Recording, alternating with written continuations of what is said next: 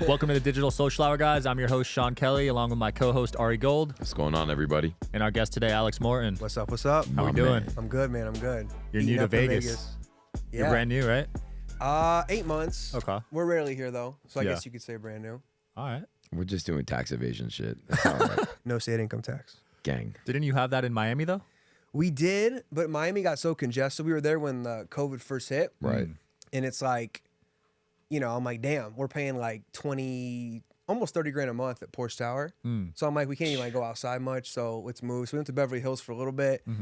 Wasn't much better. You know, LA's like whack now. Yeah. And then I'm like, all right, mom and dad live in Vegas, no state income tax. Let's go to Vegas. LA's just become terrifying. I haven't been back in a while. I have a place in Hollywood that I dread going to. Like, Yeah. only time I go is if I have a meeting, then I'm just like, I'm not paying $800 for, a fucking hotel. Nah, people there have lost their mind completely. Yeah. It's not safe. Give people a summary on what you've done for those that don't know you. Oh, wow. Well, I was born in Houston, Texas in 1989. Middle-class mom and dad growing up. Grew up in Columbus, Ohio. And just like a lot of young entrepreneurs or, you know, young people in general, I wanted to get rich. You know, growing up in Ohio, it was like rich people, us, and like the poor people.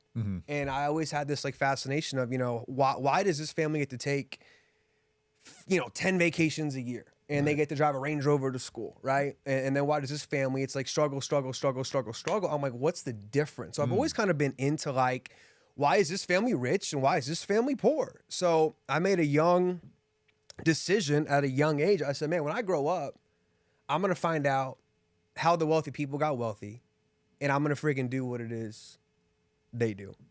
So I kind of had this like crazy little desire in me at a very young age. And then, at 18, I left high school.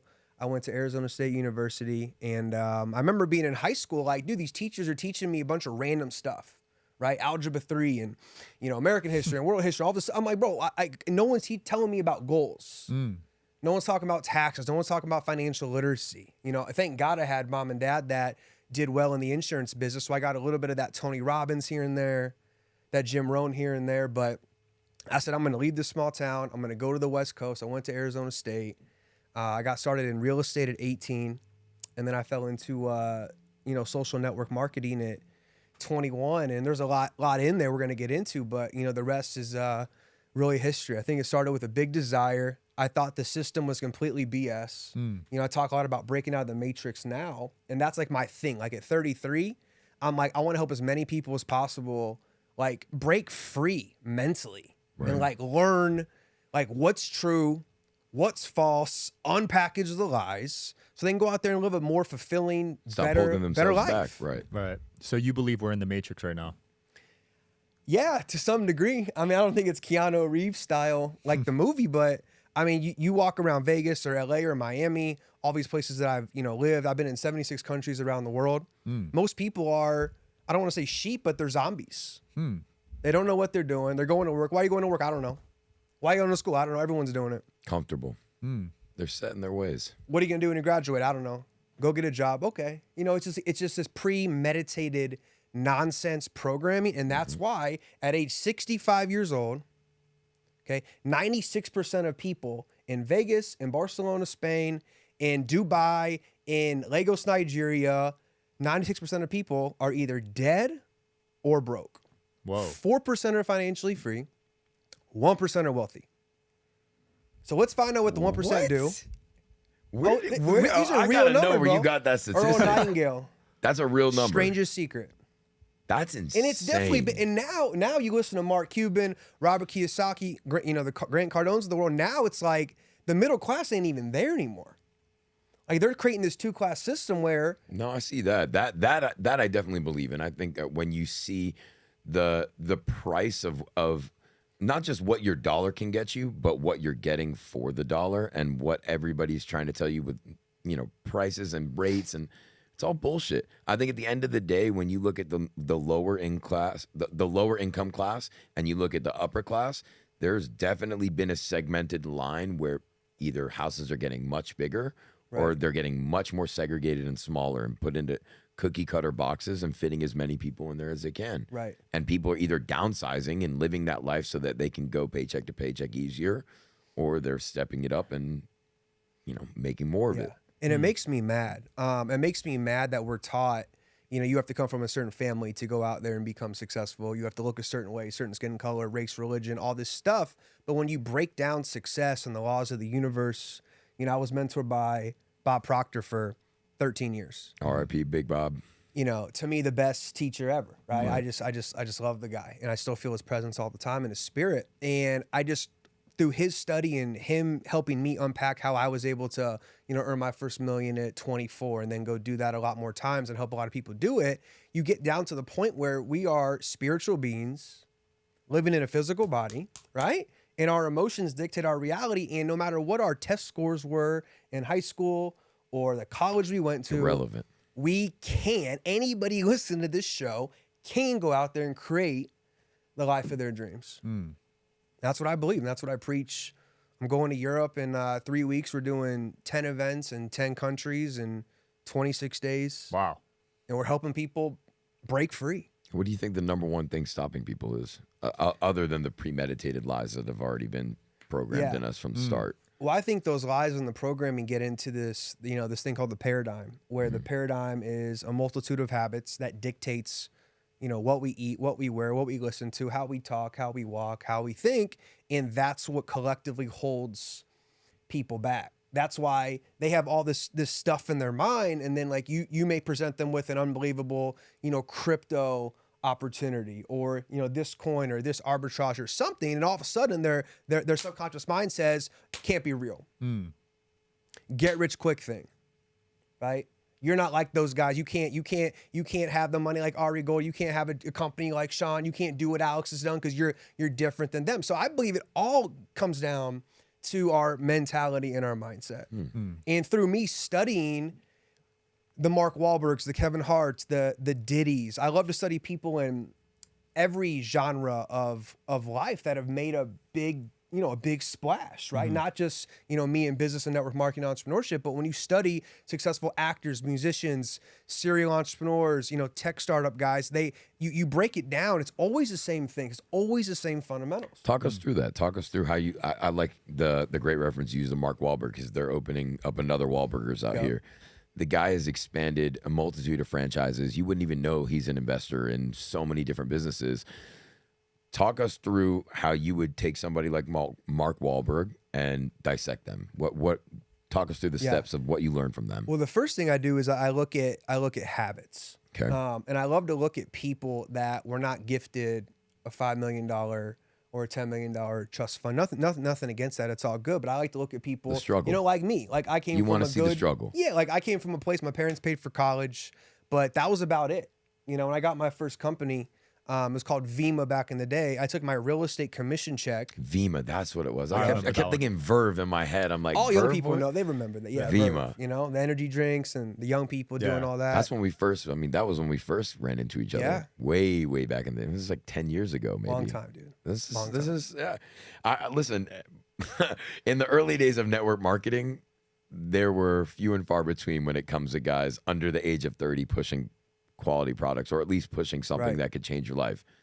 I'll never forget, walked into a room somewhere in like Long Beach, California, and you were on stage talking about how you just got like a brand new BMW or some brand new car. And I'm like, who the fuck is this kid? Who is this guy with this shiny ass smile just like glowing on stage? And I pulled you aside and we started having a conversation. And I just remember thinking, this is years ago, I remember thinking, I don't know what he's going to be doing with this company, but I'll tell you, in a couple of years, that kid's going to be somewhere different. I appreciate that. No, I mean, it's energy. And I 100% believe what you're saying because some people, when you come into contact with them and you make that initial eye-to-eye contact, or you make that handshake and you feel that energy, it doesn't, people keep thinking, it's like, what are your first words, impressions? It has nothing to do with it. You connect with somebody, you look them in the eye, you get a great handshake, and it's like, fuck. Let's go get a drink. I want to get to know you. I don't know what you didn't say a fucking word to me. I haven't heard anything. Let's just chat. And I feel like people need to start relying more on those organic feelings internally instead of thinking more about who is this person? What do they do? What's their net worth? What can they provide for me? What can I do for them? It's too inorganic. And I don't think that enough relationships are built off quality connections like that enough. Yeah, it's our intuition. It's one of the higher mental faculties. You know, it's like you can feel, like you said, you can meet someone and I can tell whether they're a good guy or a bad guy, or they have malice, they have evil within them. Or you can meet someone and be like, yo, they got great energy. Like what they're saying out of their mouth, they believe it to be true. Right. And especially in today's world with social media and, you know, the YouTube and the Instagram and the TikTok, there's a lot of fake gurus. Yeah. You know, let me teach you how I made $100,000 selling people how to make $100,000, all this BS, right? So you're right, man. Intuition and energy is everything. But, you know, going back to what you asked about, you know, Wahlberg or Kevin Hart, I look at their habits, right? I like to look at who they were before success, and then you just reverse engineer. Yeah, I remember meeting Gary Vee for the first time. My God, I don't know, 8-10 years ago. Before we actually shared the same stage before Gary Vee became Gary Vee. It was crazy. I gotta hear this. I think our CEO paid him like close to nothing to come speak, and now I just did an event in Miami, and we reached out to his people, and I'm thinking $400,000 to come speak out of state, out of New York. That's insane. We didn't do it, but my point is, and I remember talking to him backstage, man, and he told me a lot of things, but he said, if you want to get wealthy, go somewhere that's going to be trending and popular and really amazing down the road. Get there before everybody else does and wave the flag.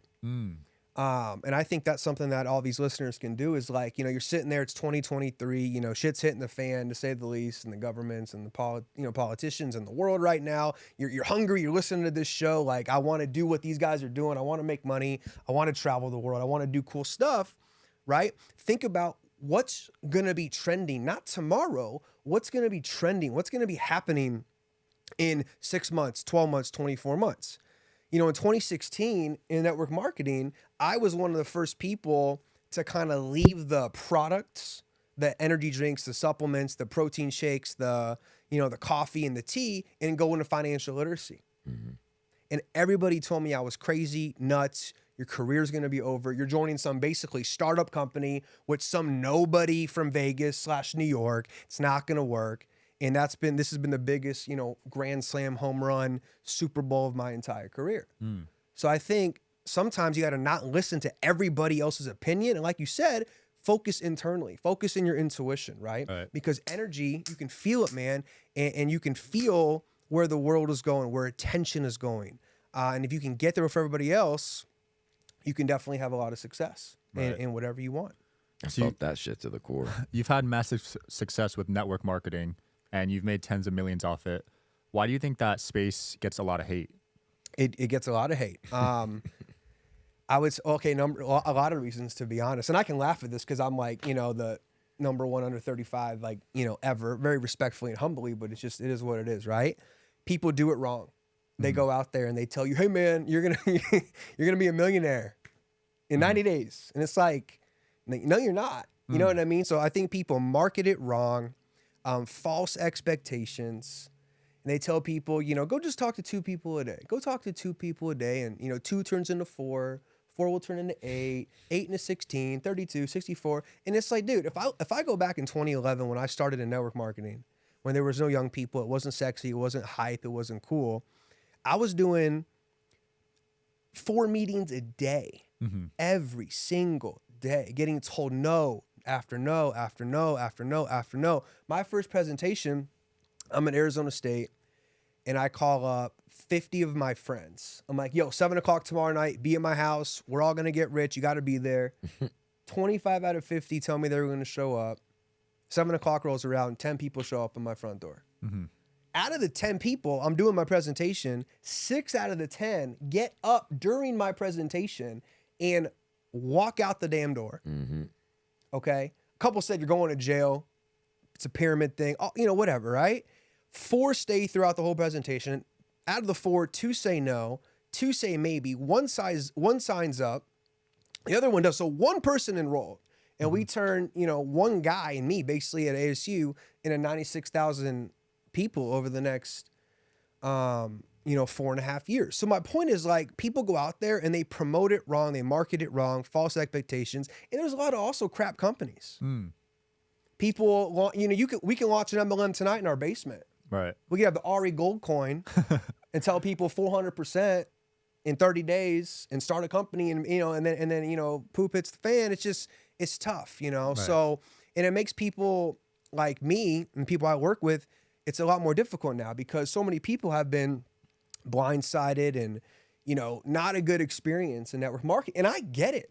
I'm not out there saying MLM's perfect. Dude, it's not perfect. Do I believe it's the best overall balance opportunity for people around the world? Sure, I believe that. Of course I believe that. But, dude, there's a lot of positives and there's a lot of negatives. I think network marketing, you get the best of people and you get the worst of people. No doubt about it. Agreed. Do you believe in fake it till you make it? Ooh. I saw you post about this. Yeah. Fake it till you make it. I kind of switch that and I go into act as if. So I think there's a difference because I look back when I was 21, I'm paying $550 a month rent at ASU, and I get a hold of mentors, and they're telling me fake it till you make it. Act as if, blah blah blah. When I tell people I felt like a millionaire when I was broke, I did, and I wasn't being fake. But I was living from the end in mind. Like I had the idea. I wrote down on a piece of paper at 21. I'm so happy and grateful now that I'm a millionaire before my 25th birthday. True story, right? And I was living as that person. I would walk. I would be in parties, and I would someone would say, "Hey, my name's Sarah." I would say, "Hi, my name's Millionaire." And I'm telling you because I believed it to my core. And when we met, wherever we met in Long Beach, dude, I wasn't a millionaire in my first I made $1 million in my first company, but I didn't have $1 million in my first company. Right. But I felt it, I breathed it, I slept it, I ate it. Like that was it. So I think there's a difference between, faking it till you make it and acting as if. If you go out there and you rent a Urus and you rent this house and you're telling people you bought the car and you bought the house. And you rent models for a rented boat, dude. You're full of it, man. Right. But you can be, before your jersey company, at some point subconsciously, you had to believe you were going to build an empire. Oh yeah, yeah. Absolutely. From day one, I knew. That's what I'm saying. It's a knowing. So when I think you meet someone that really built it with their hands, and they say I felt as if I was already there, I think there's a big difference between. Some punk kids out there in Miami BSing, faking it till you make it, and somebody, like you or me or whoever, that's really acting as if and beginning with the end. I can only laugh because out of the years that we've been around the space, there's so many different imitators and so many different people that try to copy paste and do that whole. But again, it all comes back to energy. Like you can do great on the online thing. You can paint a great image and a great portrayal of yourself, but when people meet you in person, most people get a sense of I don't know about this cat. Like I and every time, thank God, I've listened to my intuition, because when I encounter people like that, if I ever just get that kind of I might have indigestion right now. I got to go to the bathroom. Right. It doesn't matter, like, if I'm right or wrong. I just follow the feeling. And it's nothing against the person. It's just if you give me a weird vibe or any type of, feeling that doesn't feel organic or like forced, like you're trying to achieve something. Yeah. I won't entertain it. It's just not, it's not worth my time, and it doesn't feel like something that's valuable for me to do. So nowadays it's really become a thing of, like, I'm sure for you, conserving your energy for people of worth. Protecting your energy. And right now, I feel like, especially nowadays with all this, fake shit going online, for guys like you, it's so important to protect that image and that brand integrity. So my most important question is, how have you seen basically, how have you protected your image in a sense where your brand integrity has never been questioned? Yeah. It's never faltered. It's never gone through that, he's questionable. Yeah, I mean, I've been the work ethic guy, the positive attitude guy. I went through hell. When my first company shut down, I left about 10 days before it shut down, and I didn't know. The old CEO, BK, and I joke about it now, because he's like, people really think you knew that we were going to get shut down. And it's like, dude, there's no way in hell. Mm-hmm. Like, they're not going to tell me they want to kill me, right? So when that happened, man, I never felt hate in my life like I felt for that 6 to 12 months. you're the reason why it shut down. There's 300,000 people that don't have a quote job now because of you. Somebody tweeted at me, I hope you die in a car crash with your family. Jeez. And I went through some tough times, man, anxiety attacks. I don't know if I was depressed, but I mean, it was it was brutal, man. So for me, I've always just, keep the brand the way it is I just always kept it real. That's why I've gotten a lot of like I said, I'm hated over here and I'm loved over here in my space because I don't know. I feel like sometimes I've in my past, I made other leaders look bad because I'm the one doing, I was touring nonstop around the world from pushing a private propeller plane out of a barn in Paraguay to doing home meetings in Beverly Hills. Like I've Lagos, Nigeria, South Africa, Ecuador, Peru. I mean, I've been all over the planet. And I think a lot of people are just like, oh man, like screw that guy, screw that kid, because they're over here trying to lead a team, but their people are watching my videos. Right. They're like, this Alex guy's nuts, man. Like he's over there just doing it over and over and over and over and over again. So for me, the reason why I've had a sustained career since 2011, and I've just, won at a high level, obviously the grace of God, but people just know with me, what you're going to get. I pride myself on being the same person in front of 5 million people on a podcast or, chopping it up one-on-one with my cousins, in Tulsa, Oklahoma, hanging out, playing FIFA. Right. And I think a lot of people, I don't know, I feel like people have like masks. Oh yeah. And I just keep it real. And I think a lot of that, honestly, because the people that I look at as mentors now since Bob passed away, Ed Milet, Grant Cardone, Rob Dyrdek, some of these people, I feel like they're who they say they are. And I've been with, these people behind closed doors. Dude, they're just normal guys. And you dropped a random name in there I was not going to see coming. Rob Dyrdek. Yeah. Go back. That dude's a beast. I know he's a beast. He spoke at my event in Miami. We connected. His wife was in network marketing for a while. We met at a blackjack table, 2013, 14, and just kind of built, just a relationship, friendship. He's a busy guy. We don't talk all the time, but of course, he'll text me back, and he's just a stud. And when I say stud, now being 33 and married and all that, when I look at someone to model myself after, they got to have everything. Yeah. There's plenty of people out there with $100 million, and they're going to take depression medication in the morning because they're unhappy. And I've gone through enough, made 2 million, lost it all. You did bad, lost 300 grand in this crypto deal, made money here. I mean, I've done the whole ups and downs deal now for 13 years as an entrepreneur, to where I now feel like happiness really is that golden ticket, that golden key. Money is very important. I talk a lot about money because you need money to be happy. I believe that. People, well, money's not gonna make you happy. Well, it's like, okay, dude, is being broken to make you happy? However, it's got to be health. It's got to be money. It's got to be the relationship, husband, father. Is a fine balance. You bro. gotta, to me, you gotta have it all, man. I know a lot of people, throw shade at some of these names that I mentioned, but to me, they have it all, and that's who I choose to kind of emulate after. Yeah, man, 100%. One thing you're very well versed is human psychology, because you were mentored by Bob Proctor. One statement I saw you made online was you believe most humans are negative and pessimistic. Is that true? You still believe in that? The average person walking around Las Vegas, I would say, is probably negative and pessimistic. In our circles, in our rooms, there's a lot more optimism about the future, about the present. But the average guy and girl walking around town, man, I would say they're negative because they're beat down at their job, they're beat down at home. Inflation's up, the kids are screaming, they're fighting over the mortgage payment and the bills. Life's just not, most people are not out here winning heavy. Most people are not out here getting heavy wins every day. They're going to 9 to 5s. They're getting beat up. They're going in the same fucking constant motions, repetitive after the same, bro. Waking up, kids crying, like you said, going to work and then coming back home, dealing with bullshit. Like there's a lot of stuff in this world that I am thankful for, and one of them is just not having to deal with a boss. Yeah. Like for me, and granted, I don't want the statement to get blown out of proportion because the world needs workers. Like absolutely, that's like people need to understand. Not everybody can be an entrepreneur. It takes a certain amount of something, and I haven't helped as many as you. That's for damn sure, but I've definitely helped my fair share of people get to that next stage, and the number one thing that I always hear back is that, holy shit, I didn't know it was going to be this hard. I didn't know it was gonna like. Yeah, 9 to 5 is a safety net. That's a cushion. If you want to take that blue pill, great.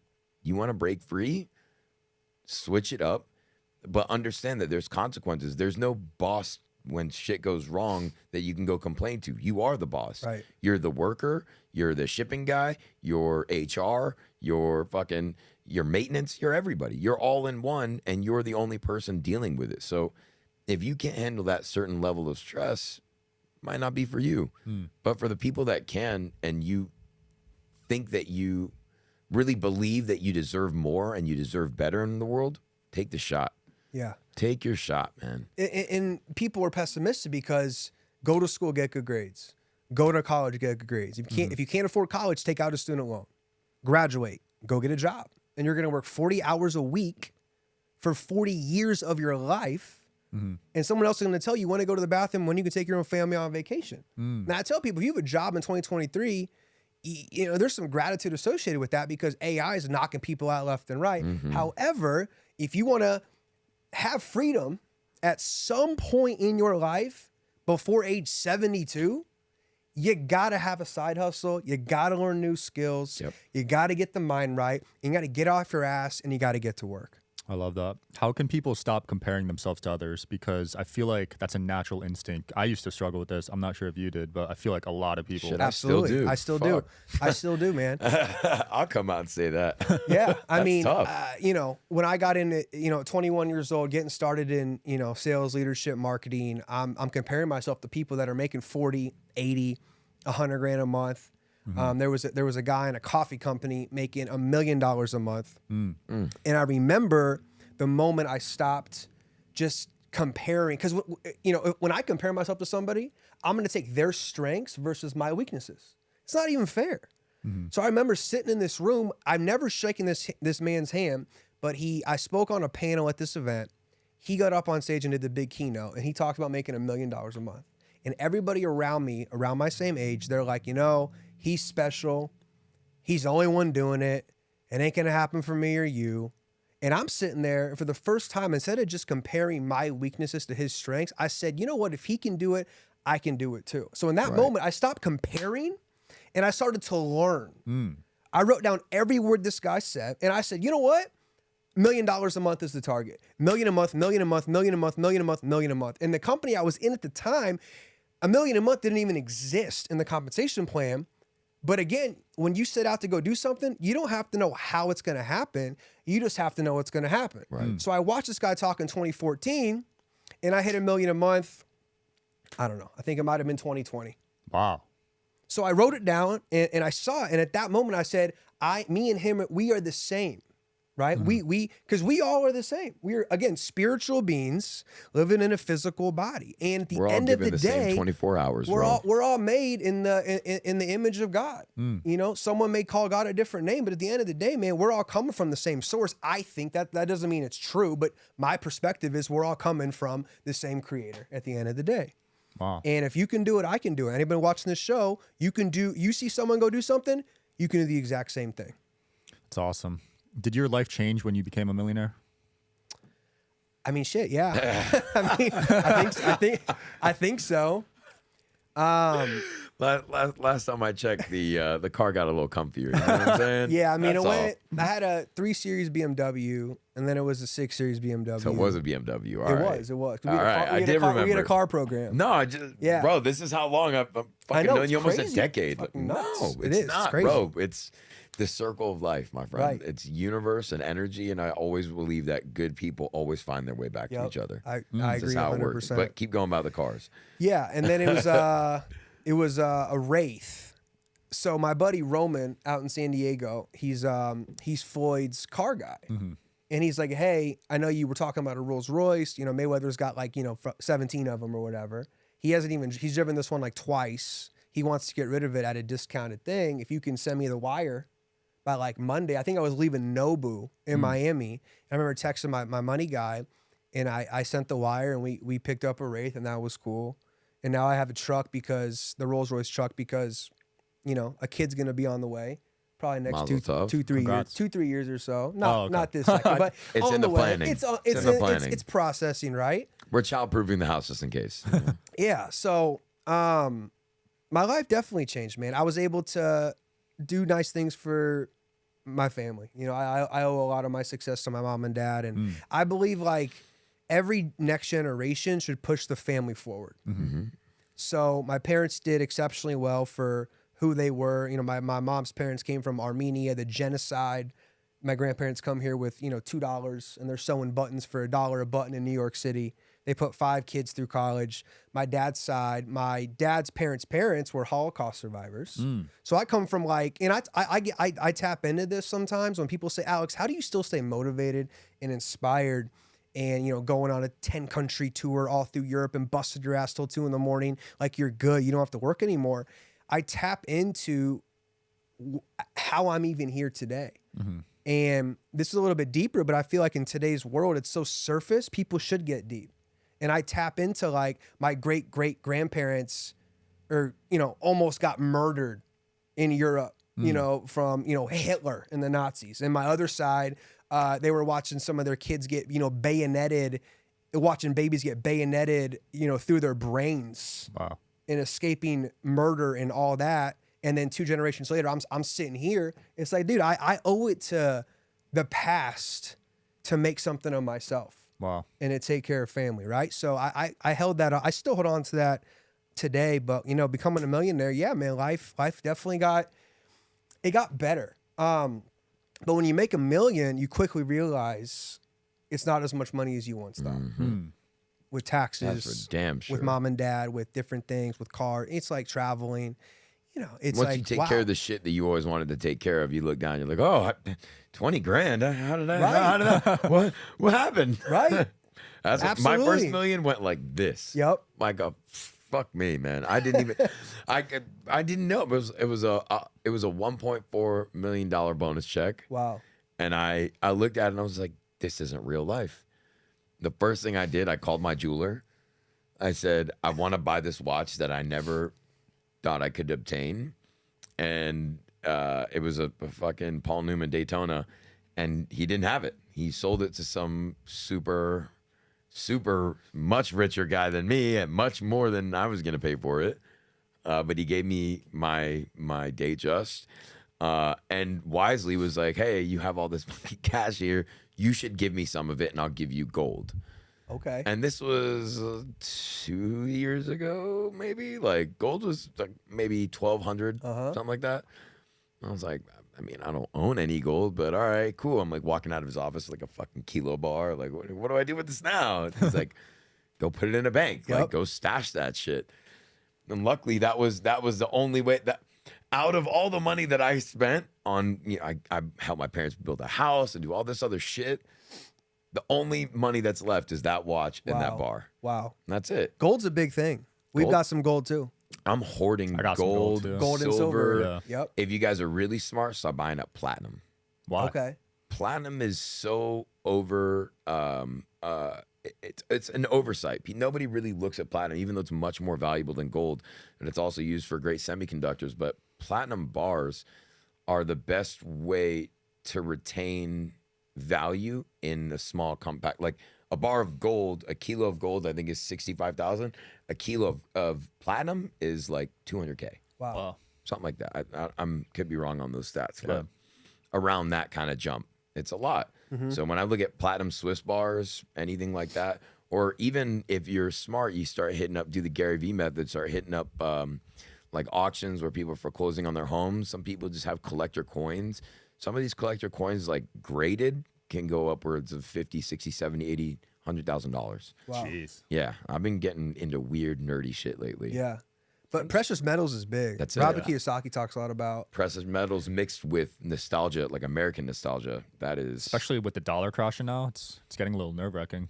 well, a lot of people are going back into collecting old American coins, like old pennies made of copper, and Yeah. like old, dimes made of real silver, silver quarters, $50, shit like that. Yeah. Bro, that I think once and listen, all speculation, don't listen to the Jew. I don't know anything.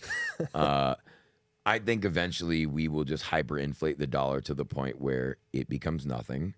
I think that we'll have a whole rebirth of a wealth class, and the people that are stashing up precious metals, The big one, I think, is really going to be farmland. I think it's going to be livestock. I think there's going to be a whole commodity shift to where, oh, you got chickens? Bet, son. Trade me some eggs for some meat, and I'll give you some gold. Man, if Something we get like to that that. point, it's gonna be scary. Yeah, I don't know. But I just think either yeah, that or digitize. yeah. It's one of two ways. But you even see that happening now in the South, like where my parents live. There are a lot of people that are already bartering and doing trade for services for product and goods. Like one of our handyman comes over, does the lawn, takes care of a bunch of the chicken feed and like stuff with the goats, a bunch of shit. And in exchange, like my dad will work on his truck for him because we have a car lot, like he has a mechanic and everything. So instead of him paying fucking $1,300 to get, it's like, oh, I'll just do this shit for a couple months. Yeah. Alex, it's been a pleasure, man. Any closing comments and where people can find out more about you? Yeah, I guess, only thing in closing I would tell people if they're watching this, whatever your dreams are, whatever your goals are, just know that you really can obtain them. And a lot of times on your road to success, on your journey, on your process, you're going to encounter a lot of naysayers, a lot of haters, a lot of people that try to knock you off course. And I think in 2023, it's super important to be focused, do personal development. I think this gets overlooked a lot. People think, oh, I'm just going to scroll on Instagram all day and I'm going to grow myself. But the truth is, if I didn't read Think and Grow Rich, if I didn't read U Squared, if I didn't spend the money to go to Tony Robbins events and walk on fire, if I didn't spend the money to build relationships with people like Grant and the late and great Bob Proctor, that's where you really gain the strategy and the blueprint to go out there and win. So I think after watching this show, man, make an action plan. Write down, get clear on, hey, what do I really, really want? Not what Ari wants, not what Sean wants, not what Alex drives today. What do I really want? Know what you want, get clear on it, figure out, hey, who am I going to listen to? Who am I going to really tap into? Because right now, man, there's a lot of these gurus, fake gurus, good gurus, all these different people saying they're all multi-gajillionaires, right? Look at people with real, tangible results, make that plan, and then get busy. And do not underestimate what you can accomplish between now and the end of the year. And people got to stop waiting. People say, someday I'm going to start that business. Someday I'm going to go out there and retire my mom. Someday I'm going to get in better shape and better health. Make today that day. Someday's not a day in the week. Take action now and go out there and make it happen. Love it, man. Alex, we can't thank you enough, brother. Yeah. Always a pleasure. Appreciate Sean, tell him where to. I'll go. Ari Gold, ETH. Sean. Sean Mike Kelly, Digital Social Hour. I'll see you guys next week. Peace.